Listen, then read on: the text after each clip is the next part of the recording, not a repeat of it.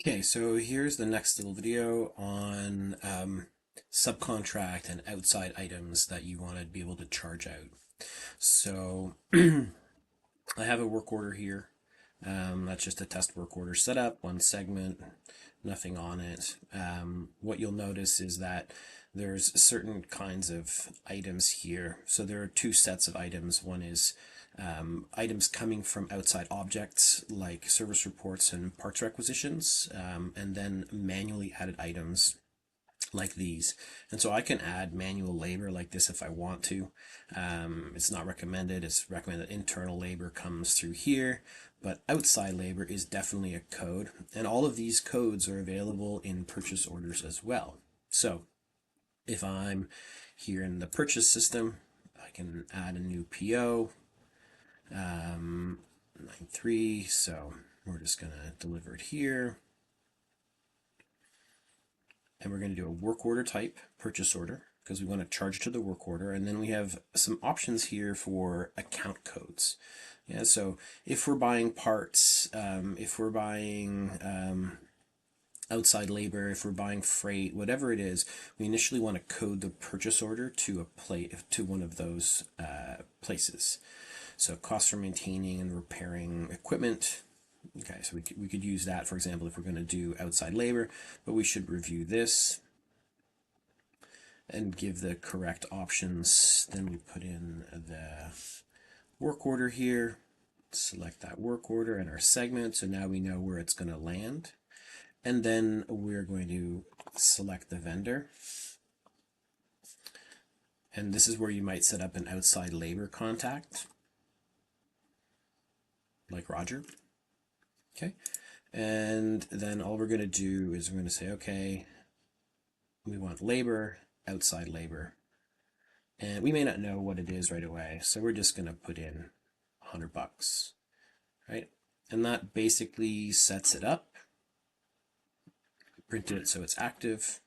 And now if we go back into the work order, into the segment, we can see that we've created a purchase order here. The line items are not entered yet because we haven't received it, but at least we know that we have an open purchase order to here. And so this would be how you would do an outside labor or freight.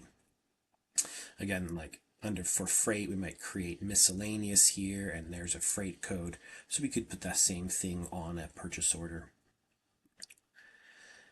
So now what we do, say we figure out how many hours we're charged, and so we're going to receive this. We'll put in an invoice number and a date.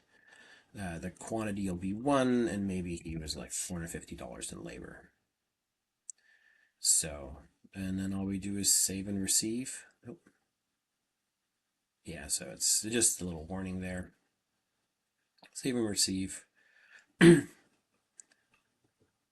And we'll create that purchase order receipt. What'll happen is we're going to have created a purchase order in QuickBooks that can be turned into a bill in QuickBooks for that invoice that's come in. And now again, if we go back and look at our work order, we see that line item here. Yeah, so sell pricing is auto marked it up, but the cost pricing, since this is on an internal account, the cost pricing is that $450. And that's just there now. So there's not much we can do to edit it except for change the sell price because it's linked to an actual cost. You'll also notice that the purchase order here has a 0 quantity. It's never going to change quantity because we don't want this line actually showing up on an invoice. So it's just going to stay there, but this outside labor, the delivered quantity is 1. Okay, so now we have this line item on this work order. This work order is coded for internal.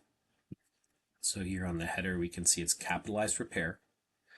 And that line item is coded to an expense account at the moment.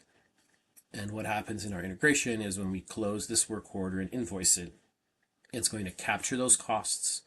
It's going to capture any parts costs if we'd added parts from a parts requisition from stock or something.